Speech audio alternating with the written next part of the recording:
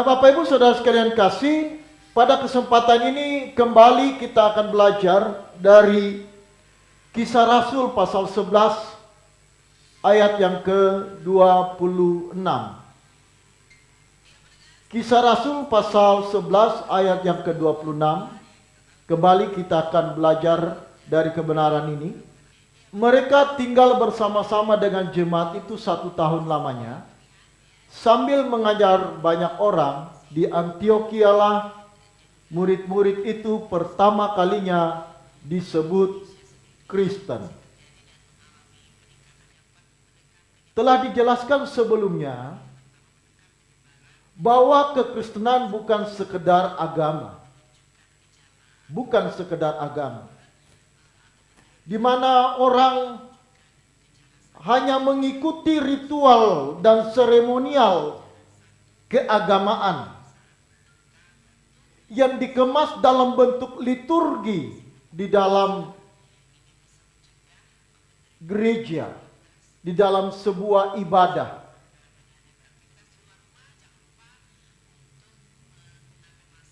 Dan setelah kita mengikuti tata ibadah atau liturgi atau seremonial ibadah yang kita lakukan di gereja, kita sudah menganggap bahwa itulah bukti kita sebagai orang Kristen.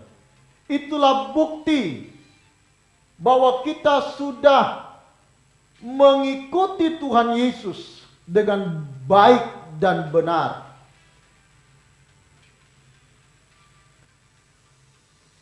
Kekristenan bukanlah sekedar agama di mana kita hanya sekedar mengikuti ritual-ritual keagamaan yang sudah diatur, yang sudah disepakati di dalam agama Kristen.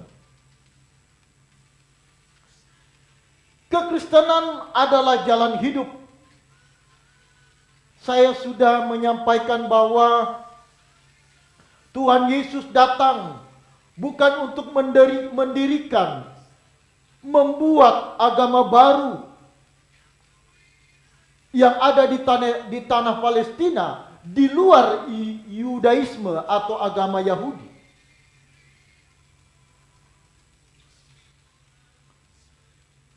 Tuhan Yesus datang untuk menawarkan jalan kehidupan.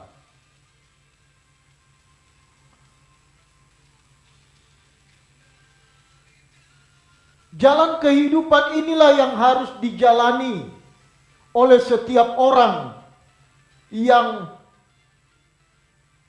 percaya kepadanya, percaya kepada Yesus.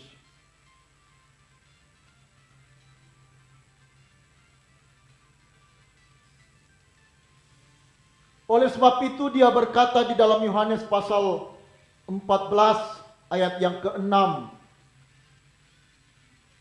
Akulah jalan, kebenaran, dan hidup.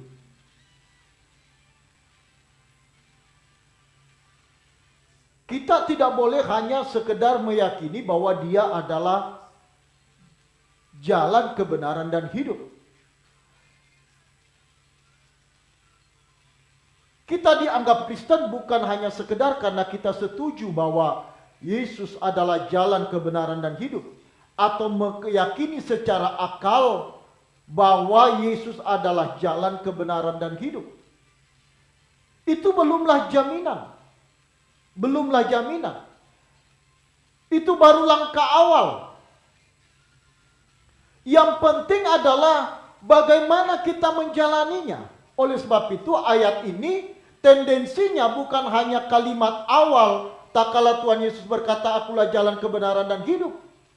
Tetapi kalimat berikutnya harus juga diperhatikan secara benar. Di kalimat selanjutnya Tuhan Yesus berkata, tidak ada seorang pun. Ini menunjuk kepada siapapun kita. Tidak seorang pun sampai kepada Bapa kalau tidak melalui aku. Tidak seorang pun yang sampai kepada Bapa kalau tidak sampai ke jalan itu.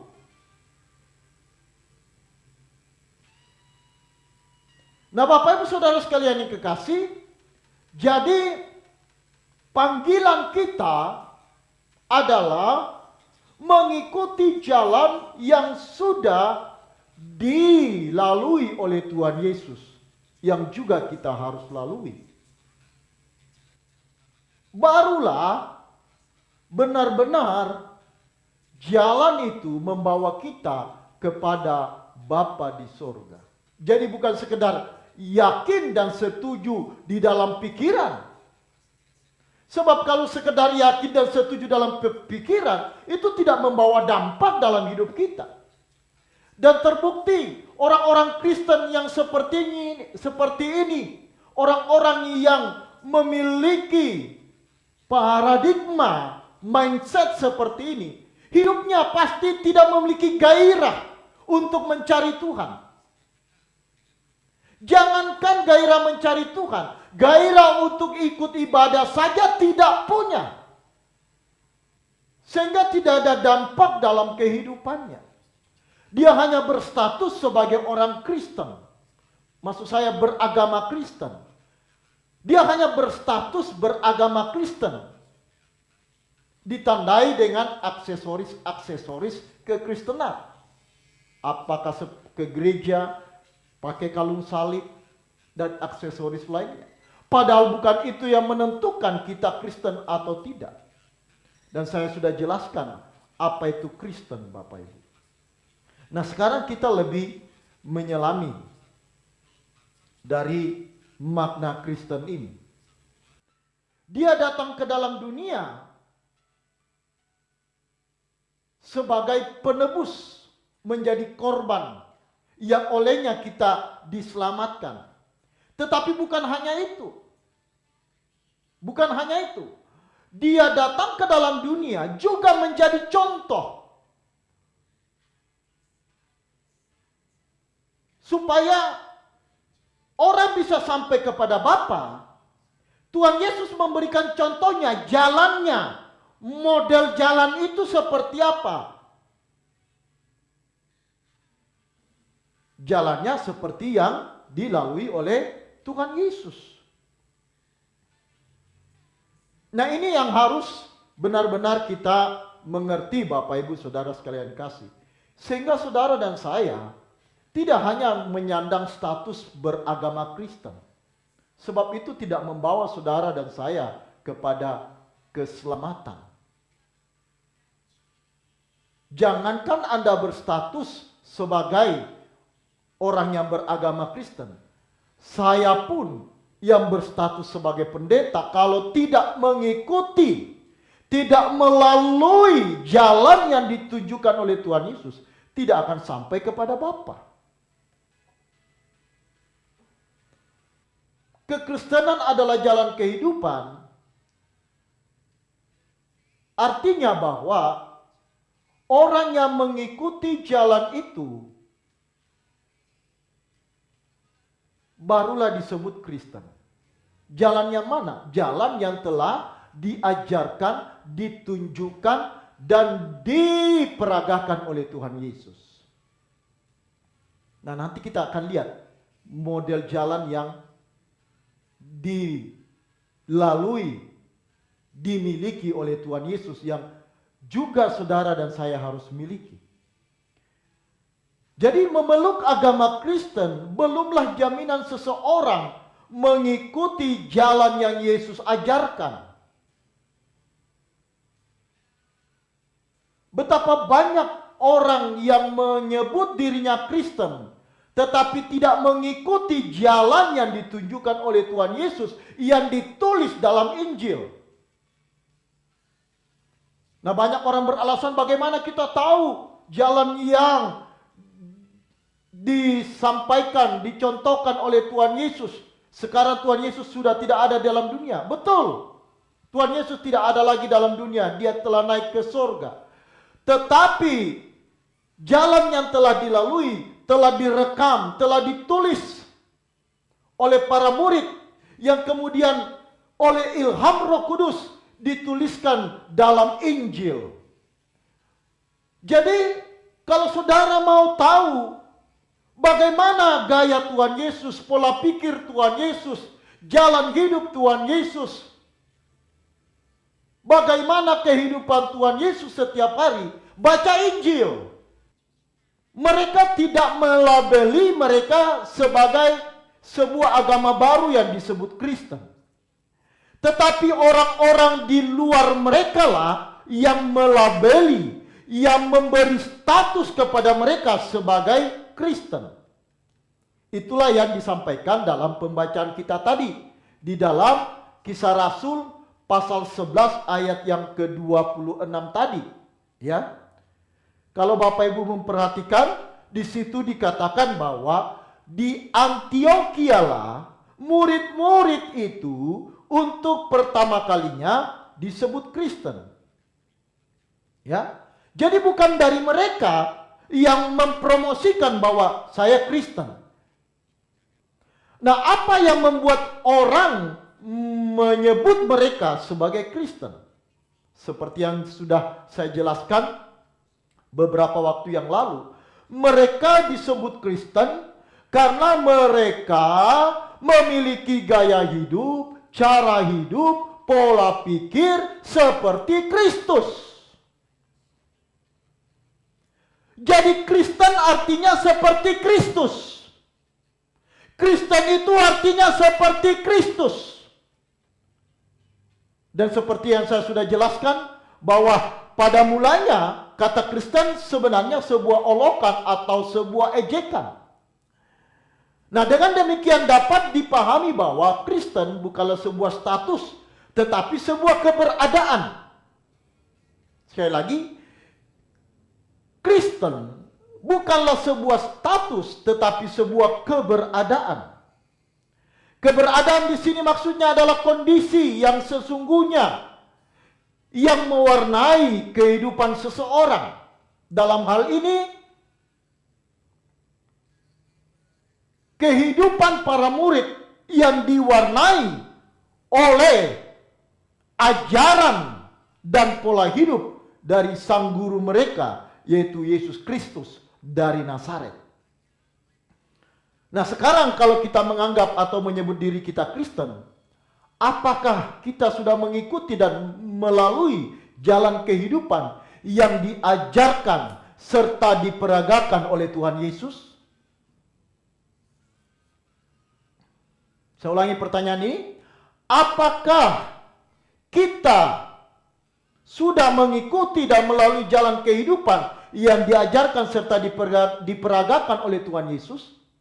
Kalau menyebut diri kita Kristen. Nah, jangan membuat murah, jangan mengajarkan murah, jangan mendegradasi makna dari Kristen.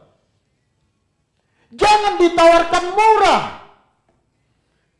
Kekristenan bukanlah murahan, bukan sesuatu yang murah.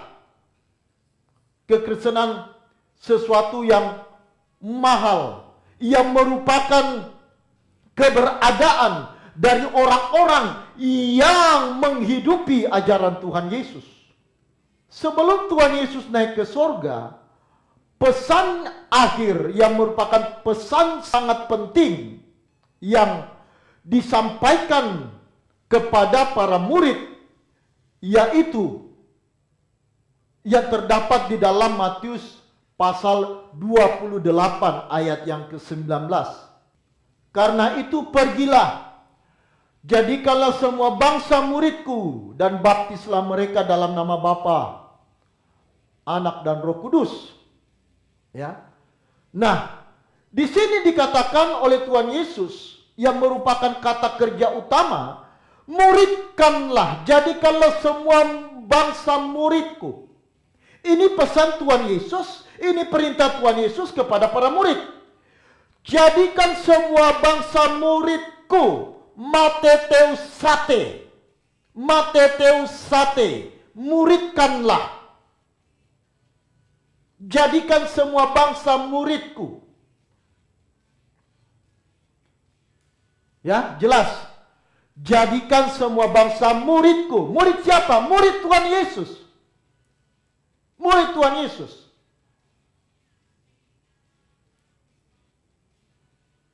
Bukan murid siapa-siapa.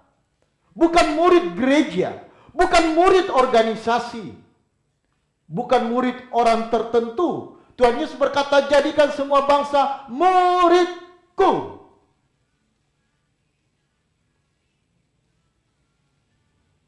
Ya memang Tuhan memberi mandat kepada kita yang memiliki panggilan sebagai pelayan Tuhan untuk membawa seseorang menjadi murid Kristus. Jadi bukan kita yang menjadi gurunya. Yesus Kristuslah yang menjadi gurunya. Kita hanya sekedar mediator sementara. Bagi orang-orang yang baru percaya, diajar, dididik untuk mengenal Tuhan. Tetapi selanjutnya, orang yang dibawa kepada Tuhan ini harus dimuridkan oleh Tuhan lewat Roh Kudus yang Tuhan taruh di dalam dirinya. Kalau pelayan Tuhan, hamba Tuhan, pendeta, gembala tidak bisa memuridkan Bapak Ibu 24 jam. Tidak bisa mendampingi Bapak Ibu 24 jam. Sangat terbatas. Sangat terbatas. Gembala tidak bisa mengingatkan saudara terus-menerus untuk ingat berdoa. Gembala tidak bisa mengingatkan Bapak Ibu terus-menerus untuk baca Alkitab. Gembala tidak bisa mendampingi Bapak Ibu terus-menerus waktu Bapak Ibu menghadapi masalah, apakah di kantor, di tempat pekerjaan, atau dimanapun.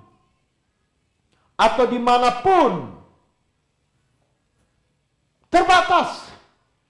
Nah karenanya Tuhan Yesus mengirim Roh Kudusnya, mengutus Rohnya, yaitu Roh Kudus untuk menjadi pendamping, parakletos bagi kita. Sehingga dalam proses menjadi murid, kita terus didampingi oleh Roh Kudus selama 24 jam setiap hari.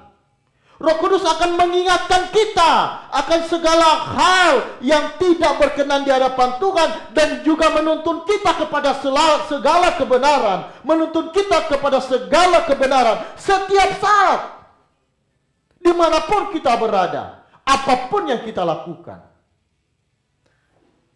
Nah, Bapak Ibu Saudara sekalian kasih, jadilah murid Tuhan Yesus.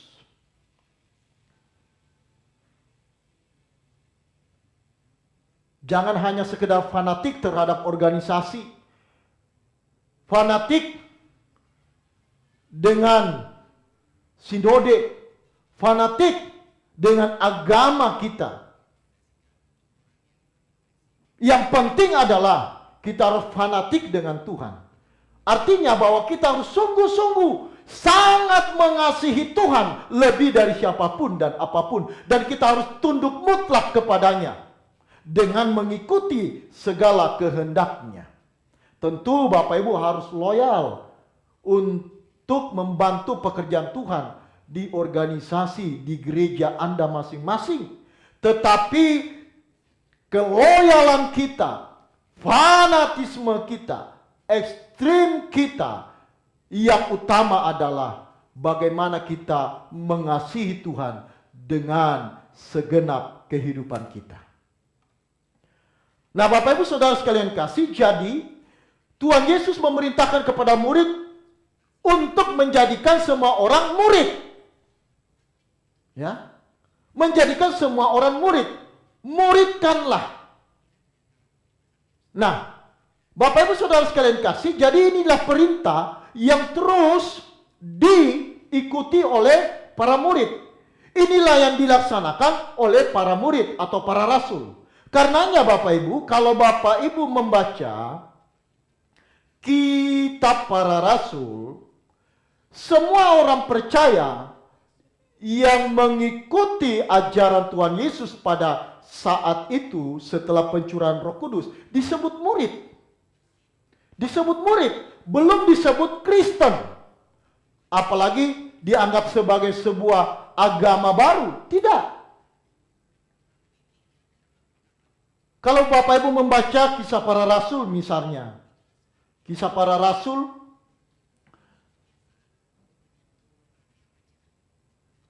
di dalam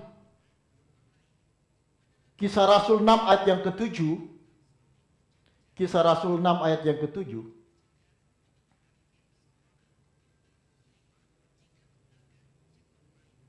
dikatakan begini.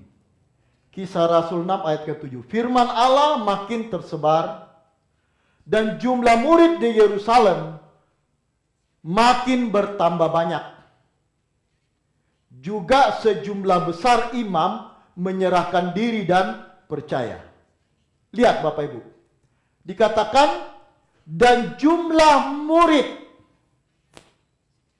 bertambah banyak. Ya. Coba Kisah Rasul pasal 14 ayat 21. Kisah Rasul 14 ayat 21. Dikatakan apa Bapak Ibu? Kisah Rasul pasal 14 ayat 21 dikatakan begini. Paulus dan Barnabas memberitakan Injil di kota itu dan memperoleh banyak murid. Lalu kembalilah mereka ke Listra, Ikonium dan Antioquia. Jadi jelas Bapak Ibu Saudara sekalian kasih, orang-orang yang percaya kepada Tuhan Yesus pada saat itu disebut murid. Ya. Nah, persoalannya sekarang Bapak Ibu, apa yang harus dilakukan oleh murid? Ya. Dikatakan di dalam Matius, Injil Matius pasal yang ke-28 itu Bapak Ibu, ayat yang ke-20 dikatakan, dan ajarlah. Ya, setelah Tuhan Yesus mengatakan jadikanlah semua bangsa muridku, kemudian Tuhan Yesus melanjutkan memberi keterangan sekaligus penegasan bahwa seorang murid harus melakukan ini. Apa itu? Dan ajarlah mereka melakukan segala sesuatu yang telah kuperintahkan kepadamu. Jadi seorang murid harus diajar dan mau diajar, mau belajar supaya mengenal Tuhan. Supaya mengetahui segala sesuatu yang diperintahkan oleh Tuhan. Jadi seorang murid yang adalah orang percaya harus mau belajar. Harus mau belajar. Ya. Ajarkanlah dan ajarlah. Berapa lama diajar? Berapa kali diajar? Terus menerus. Bukan cuma sekali, 2 kali, 3 kali, 4 kali.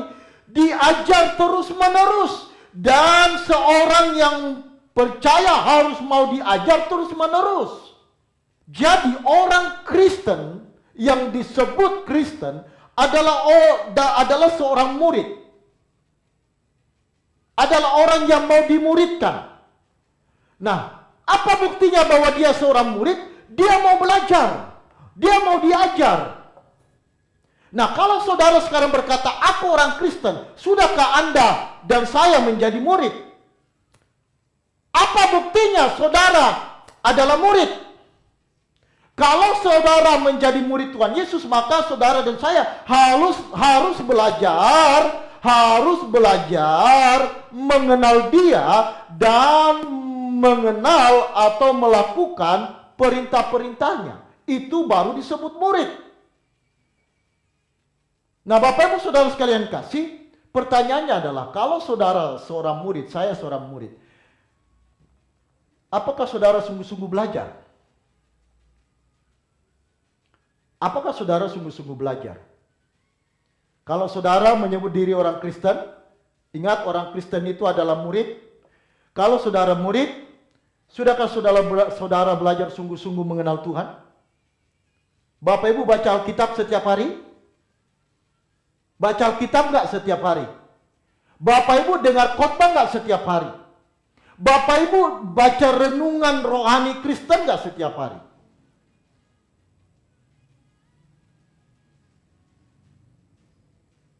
Nah, seorang murid harus belajar.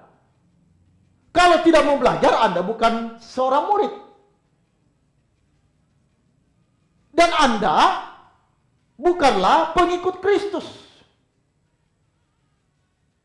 Anda hanya menjadi orang yang beragama Kristen, yang memiliki status agama Kristen, yang dibuktikan dengan tulisan di dalam KTP saudara. Tetapi Anda sebenarnya bukan murid Kristus. Mengapa kan Anda dan saya tidak mau belajar? Kalau Anda dan saya tidak mau belajar, seberapa serius Anda belajar tentang Tuhan?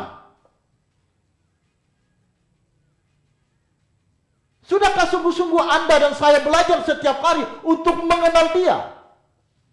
Dengan membaca Alkitab, dengan berbaca renungan rohani, mendengarkan khotbah. Dan bukan itu saja, saudara harus memiliki persekutuan dengan Tuhan. Saudara harus memiliki jam-jam doa dengan Tuhan. Sebab sebenarnya lewat jam-jam doa itulah saudara dan saya dimuridkan langsung oleh Tuhan Yesus. Kalau saudara tidak punya jam doa, Anda bukan murid. Saya bukan murid. Seorang murid, dia harus datang kepada sang gurunya, yaitu Tuhan Yesus. Karenanya kepada jemaat GSKI Rehoboth Palangkaraya, saya selalu mengingatkan minimal 15 menit harus ada waktu mati, waktu semedi, di mana kita mempersiapkan sungguh-sungguh waktu itu hanya menghadap Tuhan. Itu minimal 15 menit. Sebab dengan demikian kita bisa langsung berhadapan dengan Tuhan Yesus yang adalah guru dan raja kita. Dan lewat doa itu, persekutuan dengan Tuhan itu, kita diajar langsung oleh Tuhan Yesus.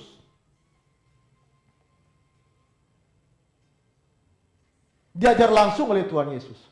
Nah, sangat disayangkan kalau banyak para teolog, orang yang sudah mengaku pintar, mengerti teologi, memiliki gelar S1, S2, dan bahkan doktor, sudah merasa puas karena bisa mengikuti dan membaca buku-buku teologi, pandangan-pandangan orang, bapak-bapak gereja. Apakah pandangan dari Martin Luther, pandangan dari Calvin, pandangan dari Zwingli, dan tokoh-tokoh Kristen lainnya, para teolog Kristen lainnya.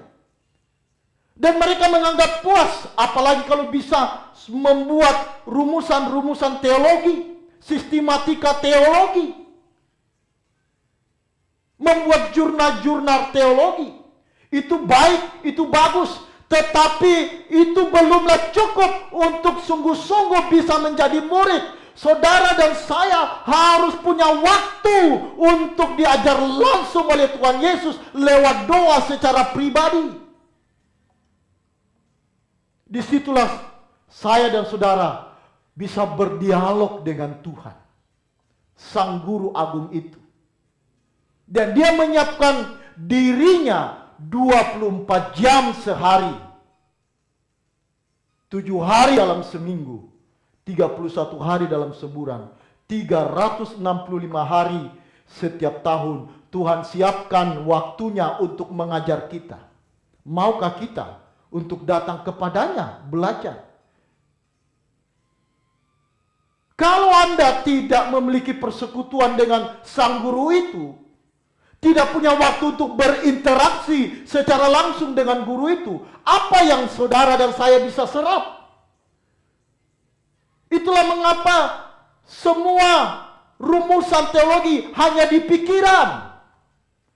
tidak berimplikasi secara kuat dalam kehidupan.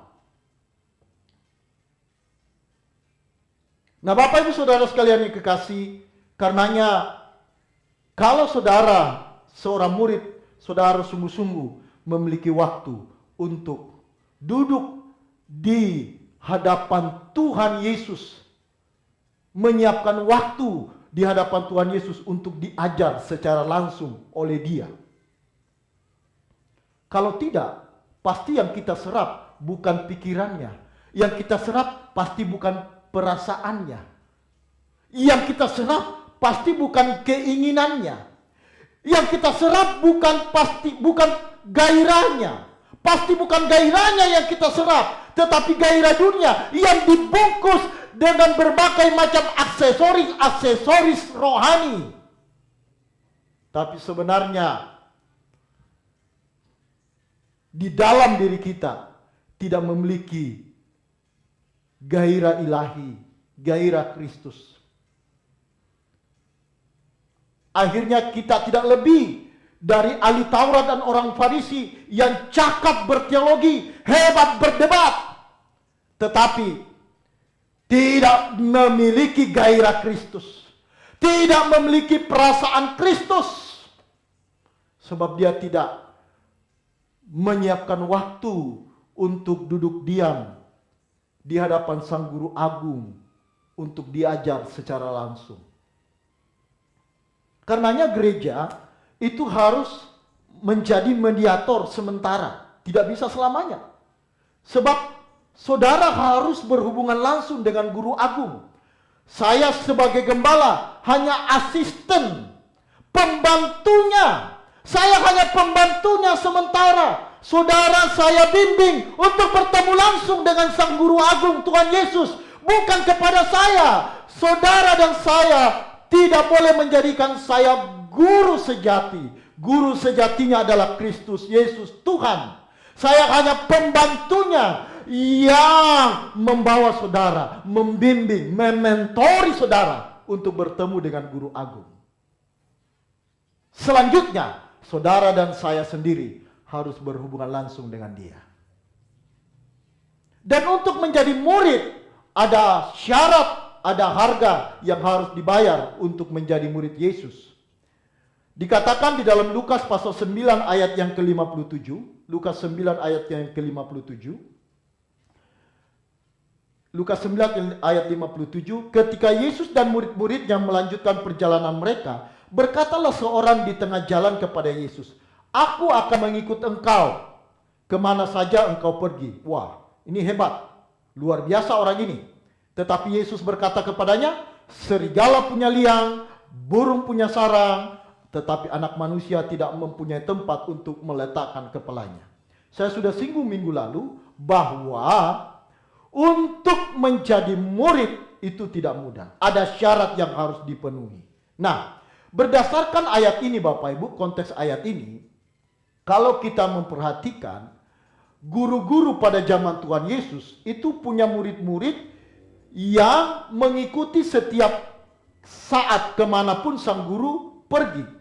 Dan sang guru, ini guru pada umumnya di tanah Palestina pada saat itu, sang guru itu pasti disiapkan fasilitas yang baik, yang memadai buatnya, karena guru adalah orang yang dihormati.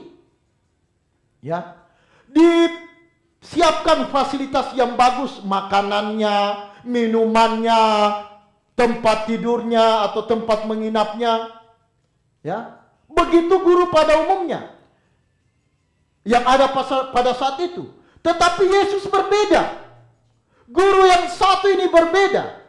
Yesus mengajarkan bahwa kapan saja dan di mana saja ia dapat mengajar. Apa itu di tempat baik atau di tempat yang kurang baik. Bahkan Yesus mau menderita sampai kematian di Yerusalem. Jadi jika kita menyebut diri sebagai murid Yesus, apakah kita siap meninggalkan kenyamanan hidup, lebih mementingkan pekerjaan Tuhan? Dari ayat di atas dapat kita pahami bahwa syarat menjadi murid Yesus adalah tidak mengharapkan kenyamanan hidup di bumi ini atau rela kehilangan kenyamanan hidup di bumi ini. Itu syarat pertama mengikut Tuhan Yesus. Rela kehilangan kenyamanan hidup di bumi ini. Mengapa? Sebab sang guru pun demikian. Dia tidak seperti guru-guru yang lain yang harus disiapkan fasilitas yang baik.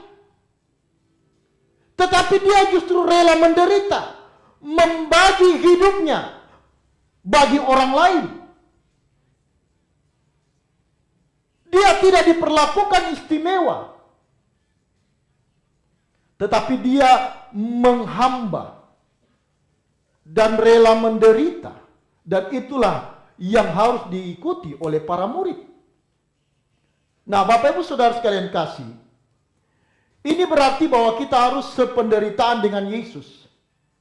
Nah, banyak orang mengira, dan memang ini banyak diajarkan di dalam gereja, bila mengikut Yesus, maka akan mendapat posisi yang aman dan nyaman. Dan memang di beberapa bagian dalam Injil, murid-muridnya pun masih berpikir begitu pada saat Tuhan Yesus belum mati, bangkit dan naik ke surga.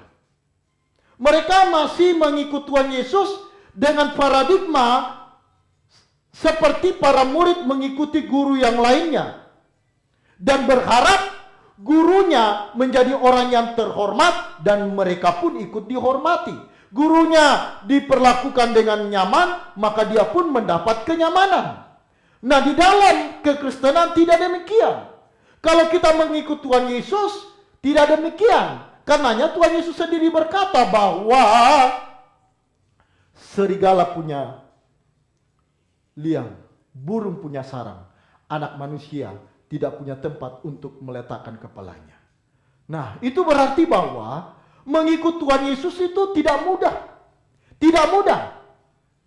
Tidak seperti yang ditawarkan di beberapa ajaran kekristenan di gereja saat ini. Ikut Tuhan Yesus semua lancar. Ikut Tuhan Yesus semua akan running well. Ikut Tuhan Yesus semua akan terselesaikan. Ikut Tuhan Yesus semua serba enak, serba nyaman. Tidak demikian. Itu bukan Injil. Itu bukan ajaran Tuhan Yesus. Ajaran Tuhan Yesus menawarkan kita untuk rela kehilangan kenyamanan hidup selama kita di bumi ini mengikut Dia. Kalau kita mau menjadi murid Tuhan Yesus, itu berarti bahwa kita harus rela menderita demi kepentingan orang lain atau demi pengiringan kita kepadanya. Karenanya Bapak Ibu Saudara sekalian yang kekasih, para murid yang juga disebut rasul pada saat itu, di Kisah Rasul pasal 5 ayat yang ke-41, Kisah Rasul pasal 5 ayat 41, dikatakan begini, rasul-rasul itu meninggalkan sidang mahkamah agama dengan gembira. Wah, kenapa mereka gembira? Padahal mereka dinista, mereka diperlakukan secara sembrono, mereka direndahkan di mahkamah agama itu. Ya. Tetapi mengapa mereka gembira? Karena mereka telah dianggap layak menderita penghinaan oleh karena nama Yesus. Justru mereka bersuka cita atas penghinaan yang mereka terima di mahkamah agama demi Kristus. Itulah murid yang benar. Itulah pengikut Kristus yang benar. Rela menderita, termasuk dianiaya demi nama Yesus. Dan itu sebuah kehormatan. Kalau kita diberi kesempatan untuk mengalami itu. Itu sebuah kehormatan. Itu sebuah kehormatan. Karenanya di dalam Filipi 1 ayat 29 berkata demikian. Filipi 1 ayat 29. Sebab kepadamu dikaruniakan bukan saja untuk percaya kepada Kristus, melainkan juga untuk menderita untuk Dia. Jadi, saudara dan saya jangan hanya bangga, senang menerima kasih karunia dari Tuhan, yaitu keselamatan oleh Dia. Ingat, Karunia Tuhan bukan hanya keselamatan yang Tuhan berikan kepada kita yang telah dikerjakan di atas kayu salib. Karunia Tuhan itu juga adalah kesempatan menderita bagi Dia. Anda tidak mau menderita, Anda berarti menolak karunia Tuhan. Anda tidak mau menderita bagi Tuhan Yesus, Anda berarti menolak kasih karunia-Nya. Ini merupakan karunia dari Tuhan. Jadi, Bapak Ibu, Saudara sekalian kasih, mengikut Tuhan Yesus itu tidak nyaman, tetapi harus lewat penderitaan. Kita harus rela kehilangan kenyamanan hidup. Seperti Tuhan kita, guru kita mengajarkannya demikian dan juga mencontohkannya kepada kita. Nah, karenanya juga di dalam Roma pasal 8 ayat 17, di dalam Roma pasal 8 ayat 17 dikatakan, dan jika kita adalah anak, maka kita juga adalah ahli waris. Maksudnya adalah orang-orang yang berhak menerima janji-janji Allah. Nah, Bapak Ibu jangan membaca ayat ini sampai di situ, seperti yang dibiasakan oleh banyak orang Kristen. Dia hanya mau mendengar yang enaknya saja. Kita adalah anak, kita adalah ahli waris yang berhak menerima janji-janji Tuhan. Tunggu dulu, ayat itu tidak hanya berhenti di situ. Tetapi memang banyak orang hanya menawarkan itu. Dan memang telinga pendengar disenangkan. Itulah mengapa banyak orang yang suka. Padahal ayat itu tidak boleh dipotong. Dan jika kita adalah anak, maka kita juga ada ahli waris. Maksudnya adalah orang-orang yang berhak menerima janji Allah, yang akan menerimanya bersama-sama Kristus. Betul, kita akan menerima janji Allah, tapi belum selesai. Siapa yang akan menerima janji Allah? Bukan hanya orang yang memiliki status anak. Bukan status, yang penting keberadaan.